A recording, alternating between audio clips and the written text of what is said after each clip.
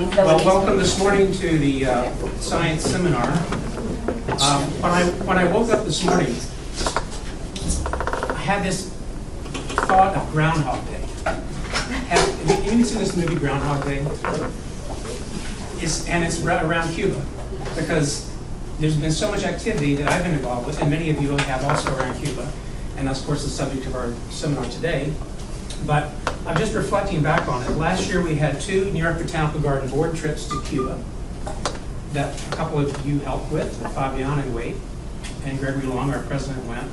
We had a seminar by Wade earlier this year about a field trip he did in November to Cuba, jointly with Cubans. We were visited by the president and the vice president of the Cuban Academy of Sciences a few weeks ago, Sergio Pastrana and Ishmael Clark. We were visited by Myra Fernandez and Lazarus Lotolongo of the Institute of Ecology and Systematics about 2 or 3 weeks ago. We have 2 Cuban long-term visitors here now completing their research visits. Elvis Becker working on Melastoma tacea with Fabian, and our speaker today, Ilse Fuentes, who's also working with Fabian and me. But it's not over. In about 2 weeks, Waldo Bonet will be coming to work with Wade, to work on sedges from Las Tunas Botanical Garden. And then in the fall, from Bioeco in Santiago de Cuba will be Angel Motito, who works on mosses. So this is my Groundhog Day. When's he coming? He's staying with you, by the way. Oh, and so it's not over yet. And next month I'm going to Cuba to give 2 presentations at a big international environmental conference held in Havana. So there's a lot going on. It's sort of, but it's good. It's all good because we have a long history, as Wade pointed out in his seminar, of working in Cuba on the plants of Cuba over a century ago. Recently, with the very kind support of the Tinker Foundation, whom we're represented here today by the chairman and president, Renata Rennie. Thank you very much for being here. Funded the research and writing of a white paper I did, which was published in Science and Diplomacy by the AAAS recently, and it's also online, around the theme of the need for greater collaboration between the United States and Cuba, which is a challenging topic, around the issue of shared environmental concerns. So that led, in fact, to a couple of workshops and a letter that about 12 organizations, including New York and the Tinker Foundation, signed to President Obama asking for greater collaboration on this topic. No response yet. He has a few other things to do. Also want to acknowledge other funders that have helped with our activities, include principally the MacArthur Foundation, is funding our major project now, but also the Bay and Paul Foundations and the Christopher Reynolds Foundation, very important, particularly with regard to bringing Cubans up for research visits. And this has been a very important aspect of our joint program, and it's very much appreciated by our Cuban colleagues, and certainly we benefit from it as well. 2 projects are really underway now in Cuba. One with, I've alluded to before, with Fabian and the National Botanical Garden in Havana, and Elvis, around the Melastoma family. There's a memorandum of understanding in place with that. And the project that Ilse is here with concerns the project funded by the MacArthur Foundation and the Bay and Paul Foundations and the Christopher Reynolds Foundation on assessing Cuba's most vulnerable plant species in light of climate change projections and habitat perturbations. So that's one aspect that brought her here, and so she's getting training on digitization and GIS activity and georeferencing. The other half of her the reason she's here and why she's here for 2 months is to work on her master's thesis on the Erythroxylum, which is the family, for those of you that are not botanists, most famously known for coca. Her aspect, though, is nothing to do with that. Very careful to mention. It concerns the floral morphology and the evolution of the flower and the breeding systems in that family. So let me just cut right to the chase here after I've spoken too long. Ilse is a researcher at the Institute of Ecology and Systematics in Havana. I met her about a year ago, and she's a member of the team that's working on this MacArthur-funded project, and we look forward to more work on that. She's published various publications, even for being so early in her career, on the Caribbean pine, on the flora of the Pinar del Rio region of Cuba, and also on invasive plants, which is a big national project going on in Cuba. So she's been here. She returns to Cuba next week. She's been here almost 2 months, and we've been very much appreciative of her activities, and I think she's had a good time here. So let's hear what she has to say about Erythroxylum.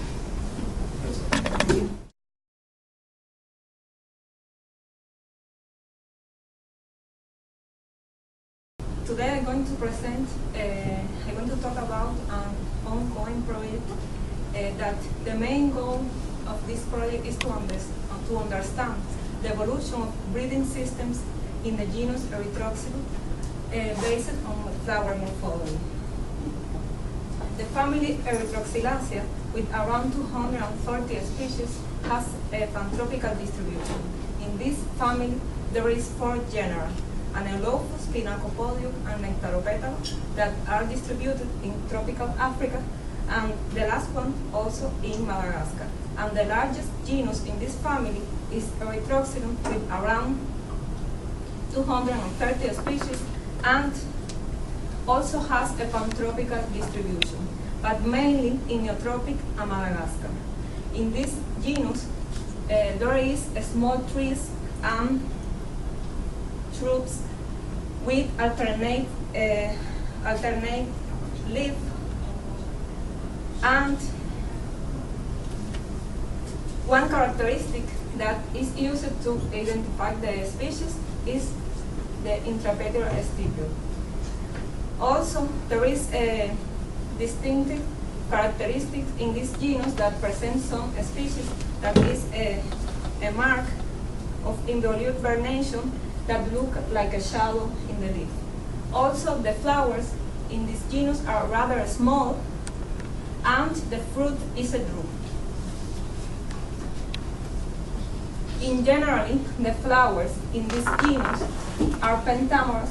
The flowers are pentamorous and has 2 sets of stamens that are, the stamens are fused in the base, forming a staminal tube.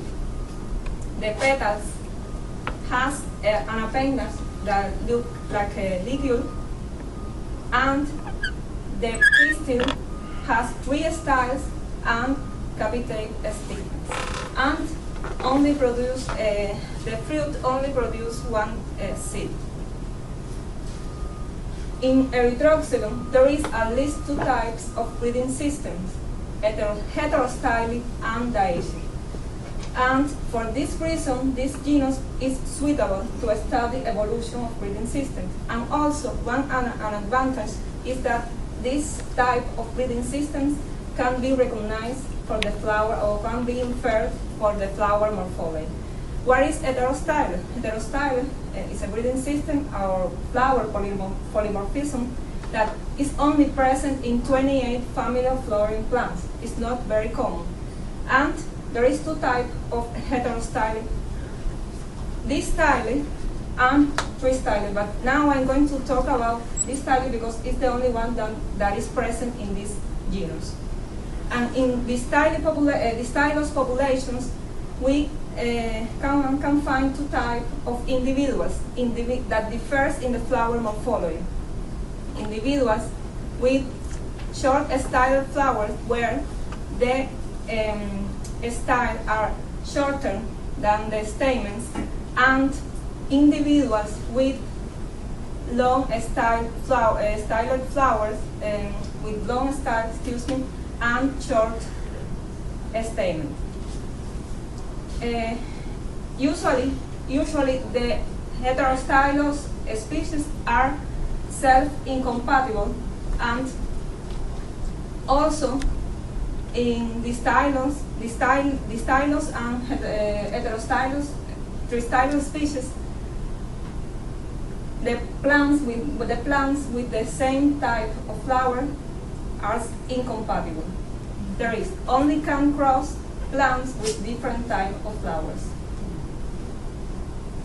The other type of breeding systems in this genus is dioecious, and dioecious is only present in around 28% of flowering plants, and the populations with dioecious, the species has two types of individuals also, individuals with pistillate flowers and individuals with staminate flowers.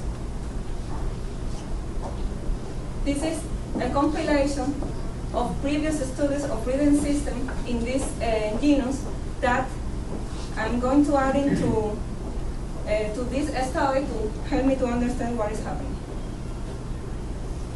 And the main goal of this study is to use the flower morphology to infer the type of breeding system present in the genus Erythroxylum, and with this information to explore the evolution of breeding systems, heterostylous and dioecious, in the genus Erythroxylum. In order to do that, I want to see how is the morphology of the flowers of Erythroxylum species included in the phylogeny of Erythroxylaceae that was already made by Erythroxylum of University of Colorado. And in order to do that, I collected flowers from Cuban natural population of Erythroxylum, and I also collecting here flowers from a specimen from the environment, and also reviewing the taxonomic literature. I'm working in Cuba. It's very important the work in Cuba because Cuba, of the 30 species of Erythroxylum that is present in the Antillean, Cuba has the majority of the species and also the majority of endemic. And so far we know that Cuba has population of the majority of dioecious species in this genus. This is an example of how we work in the field in Cuba, collecting the very tiny flowers of Erythroxylum, very tiny. And with the flowers, I am observing the flowers, I'm dissecting the flowers, I'm observing the different parts of the flowers and taking pictures in order to make measurements that are related with the breeding systems, such as the length of the stamens and the length of the styles. And with this information, I want to map the breeding systems inferred by the flower morphology in the phylogeny of Erythroxylum. In Cuba, in my previous work, I recollected flowers already of the 22 species, of 10 species, 7 that are endemic and 3 native, and from 11 populations, 7 from serpentine sites and 5 from limestone. This is an example of the flower morphology of one stylus species in the genus Erythroxylum. And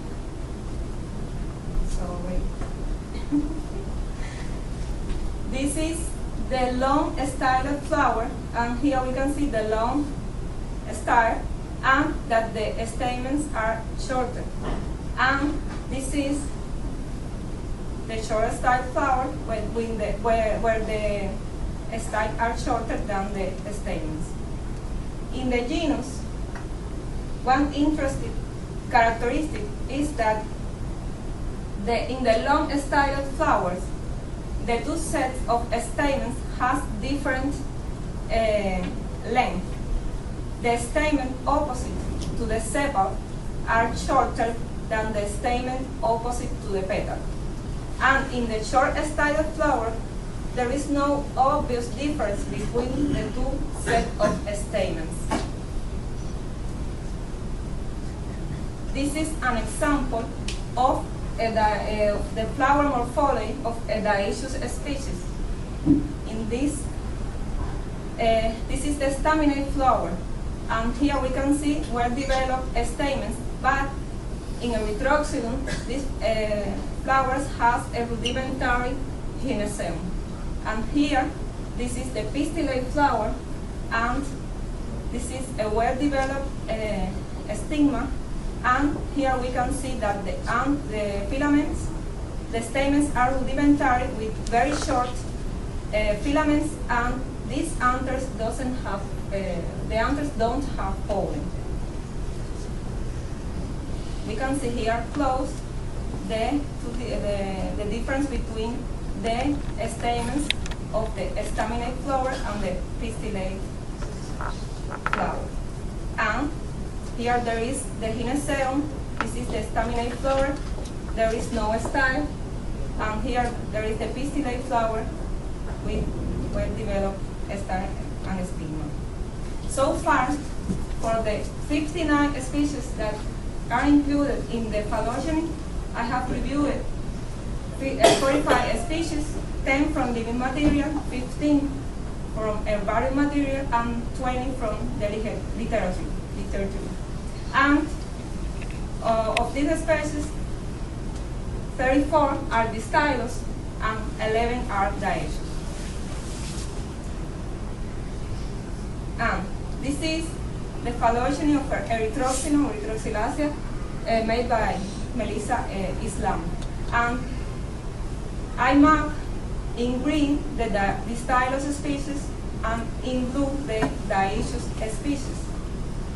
And we can see here that at least 3 times the dioecious has occurred during the evolution of the genus Erythroxylum. One at the base of the clade with this species that is the sister of all the other Erythroxylum species. The second one in this clade formed by Caridian species, and in this one with this species that is nested in a distylous clade. Now I'm going to see the morphology of this species that is from Asia, and is the sister. I want to know if there is a difference between the morphology of this species and the other species, dioecious species. This is the case of the of this Asian species, and this is one Antillean species. And here there is no anthers, but in dioecious species, the rudimentary anthers fall very soon, and that's why I don't have, there is no anthers there. But there is no obvious difference between the morphology of the two flowers.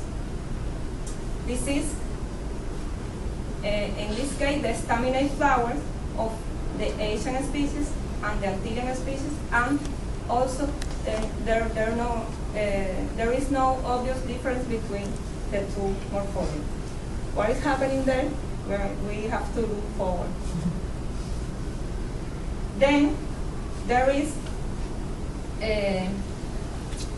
this clade formed by Antillean species, and here we can see that the majority of dioecious species are in this clade. And this one that I didn't point out, I haven't seen the morphology of the species yet, but probably these species are going to be dioecious too. And an interesting thing is that from the population and the species that I have seen already in Cuba, 6 of the dioecious species grow in serpentine size, and only 2 in limestone, and 1 distylous species only grow in serpentine, and 2 in limestone. Another, also there is, here we can see that there is a polytomy, that there is no resolution between this clade formed by Antillean species and this species that is aniotrophic widespread species, but probably this species is sister of of this Antillean clade, and the ancestor of the dioecious species in the Antillean item is dioecious II. And this is the morphology. Also, I want to compare the morphology of this tropical widespread species with the morphology of one Antillean species. And also, there is no obvious difference between the two morphology and between the morphology, also the staminate flowers. And the third case is the species Erythroxylum areolatum that is nested in the stylus clade. And in this case, when I see the morphology of the flower, there is difference between the two species. Here we can see that the styles and the stigma are different and also looks more developed and resemble the stylus species. And the anthers, here the filaments and the anthers are more developed than the filaments and the anthers of this Antillean species. Also, when we see the staminate flower, we are going to look in detail. This is the pistillode of the dioecious species nested in the stylus clade, and this is one of the Antillean clade. And here we can see there is a reduced style, and in the this species the style is absent. And probably I can infer that the dioecious in this species seems to have an independent origin than the dioecious in the Antillean species. Also, when I were reviewing the collection, I found a specimen of this species nested in the stylus clade that seems to be the stylus. And probably this could be a misidentification, but also we are going to look forward what is happening with this species. Well, so far, for this previous part of my project with these preliminary results, I can infer that the dioecious species have evolved more than once from heterostylus species. A radiation of dioecious species has happened in the Antilles, and probably the reproductive system in the Cuban, especially in the Antillean, is strongly correlated with the soil data. And also there is a conflict for the reproductive system data for Erythroxylum areolatum. What I'm going to do next, in the near future, to study natural population of Erythroxylum areolatum and see what is happening with these species. And also, I'm going to make fertilization experiments in a population of one heterostylus species endemic to Cuba and one widespread. Why? Because in Cuba, I only have found one heterostylus species that grows in serpentine sites. And this is a very interesting case because all the species that I have found in serpentine are dioecious. I want to thank to all the foundation and to all the people that really helped me with this work here in Cuba. And thank you very much.